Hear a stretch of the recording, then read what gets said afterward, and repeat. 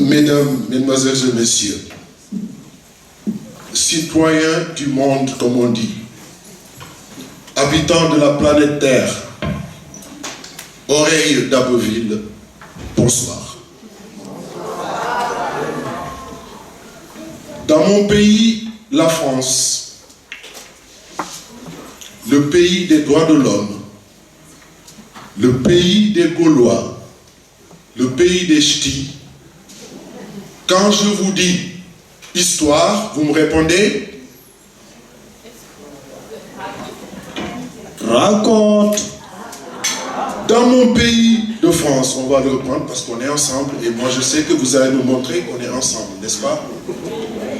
Alors dans mon pays, la France, le pays des Gaulois, des droits de l'homme et le pays de Molière et des Ch'tis, quand je vous dis histoire, vous me répondez? Raconte.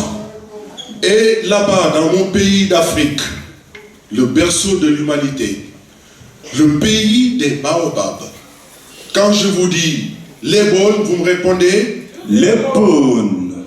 C'est du chinois pour la France. Ils vont vous le dire. Et dans mon pays d'Afrique, quand je vous dis les bonnes, vous me répondez? Les bonnes.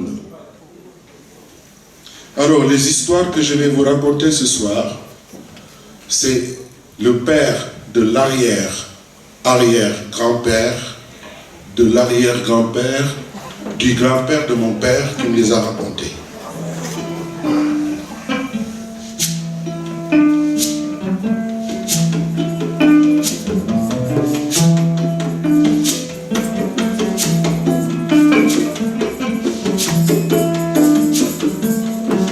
Au début, il n'y avait rien. Ni lumière,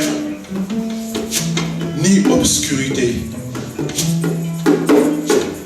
Mais rien, à part l'ennui.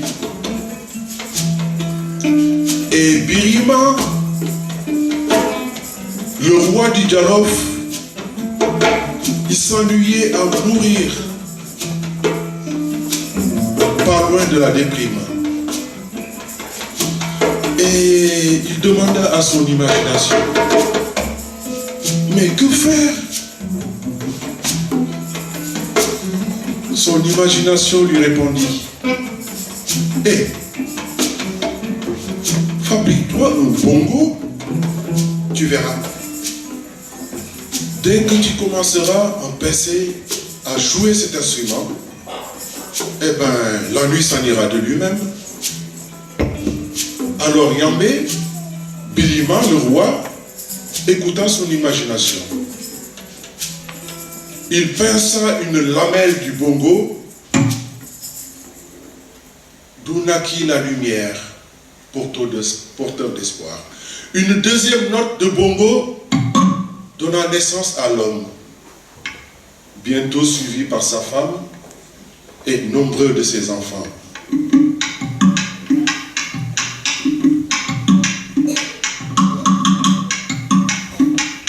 Samadom sama soppe dunda mata ñaan moom la ñaan doom dundal boo dundee magateke feral say rongo sama doom sama soppe dunda mata ñaanoy moom la ñaan doom dundal boo dundee magateke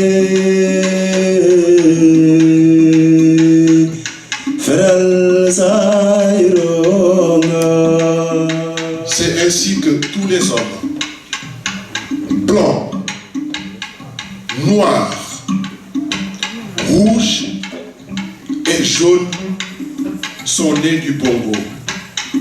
Et mesdames et messieurs, aujourd'hui encore, À chaque fois que vous pincez une lamelle de cet instrument, oui, c'est un enfant, un petit enfant qui naît quelque part dans le monde.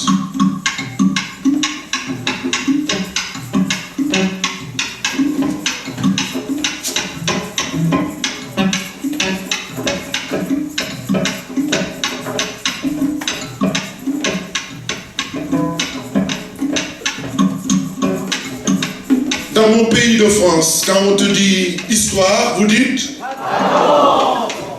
Et dans mon pays d'Afrique, le pays des Baobabs, on vous dit les bonnes, vous dites? Les bonnes.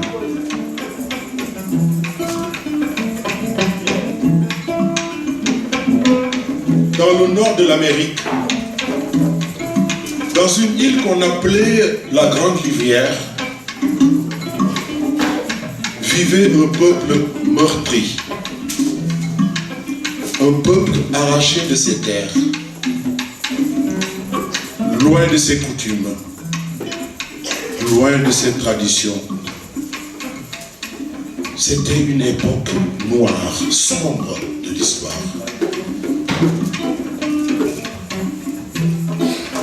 L'esclavage. Et ces esclaves, un jour, comme toute personne réprimée, avaient décidé de prendre de liberté. Et un beau matin, dès l'aube, avant le premier chant du coq, ils ont décidé de descendre de la colline pour arracher la liberté. Parce que comme on dit chez nous, dans nos pays d'Afrique, la liberté, elle ne se négocie pas, elle s'arrache. Ils étaient accompagnés par un grand, une bête comme on dit, qui s'appelait Sadio. Et quand a eu l'insurrection, quand ils sont descendus de la colline, il y a eu des morts, il y a eu des blessés, et il y a eu des prisonniers. Et parmi les prisonniers, il y avait Sayo, celui qui dirigeait. Et pour se moquer de lui, il lui laissa le tambour. Il avait un gros tambour, Sayo. Et à chaque fois qu'on entendit ce bruit, loin de la prison, du matin au soir, minutes comme des secondes, on entendait ce bruit.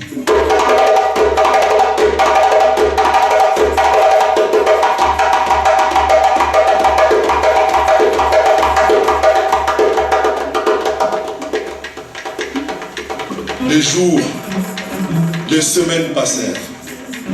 Et dans la prison vivait la famille des Acadiens, des Blancs.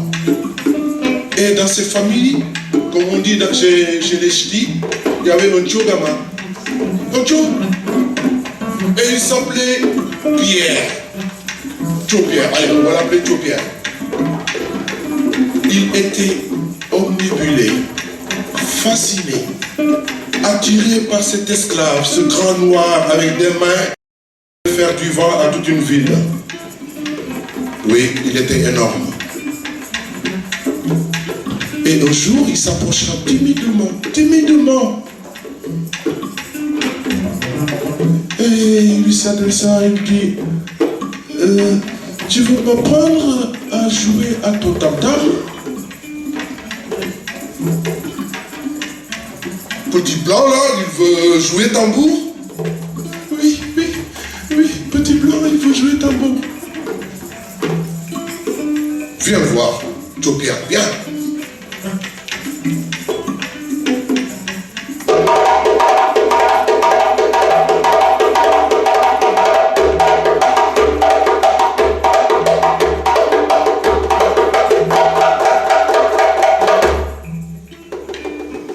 Les jours passèrent, chaque jour il se revoyait, à l'abri des parents qui n'étaient au courant de rien. À longueur, à force de jouer, on ne savait plus qui de l'esclave et de Tchou-Pierre jouait, tellement il y avait une harmonie dans leur rythme.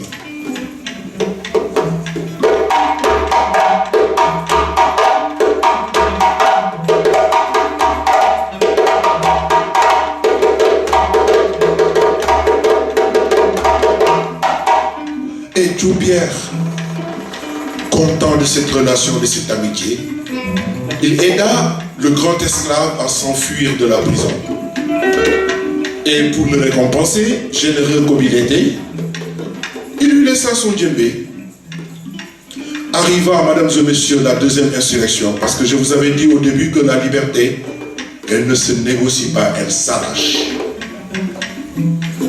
Les voilà de la colline pour descendre prendre leur liberté. Ils étaient prêts. Les blancs étaient entourés des noirs. Et à chacun a pris ce qu'il voulait. Au moment où il commença à se dire qu'on va les massacrer, ils entendirent tous un rythme.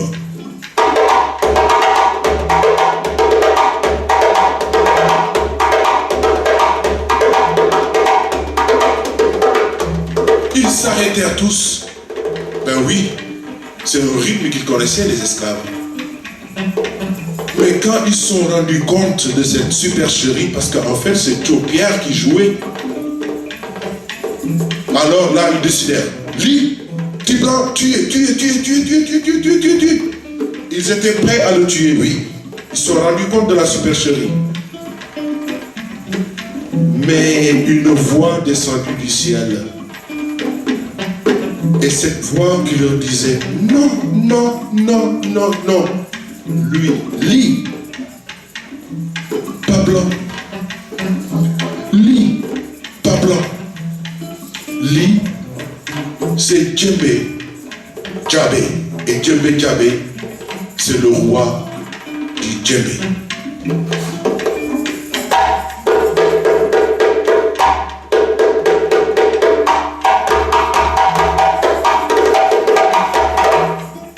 Mesdames et messieurs, grâce à cet instrument,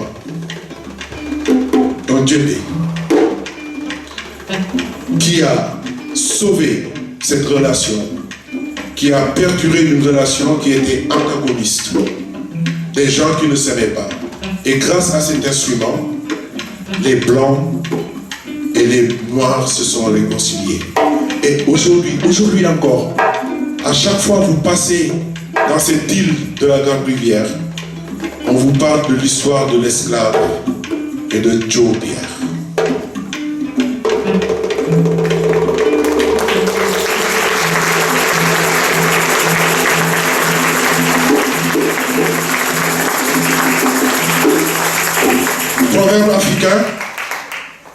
Proverbe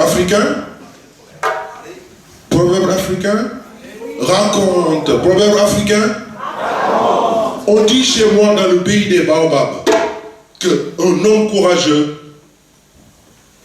il ne bat pas les femmes. Un homme courageux, il se bat pour les femmes. Ça, c'est sûr. On dit aussi que quand tes mains t'engagent, tu peux les retirer, tranquille. Quand tes pieds t'engagent, tranquille, tu les retires. Mais quand ta bouche t'engage, tu ne peux qu'en retirer. Parce qu'une parole qui sort ne s'avale plus. D'ailleurs, c'est pourquoi on dit que s'il est bon de parler, des fois, il est préférable de se taire. Mais moi, je ne vais pas me taire.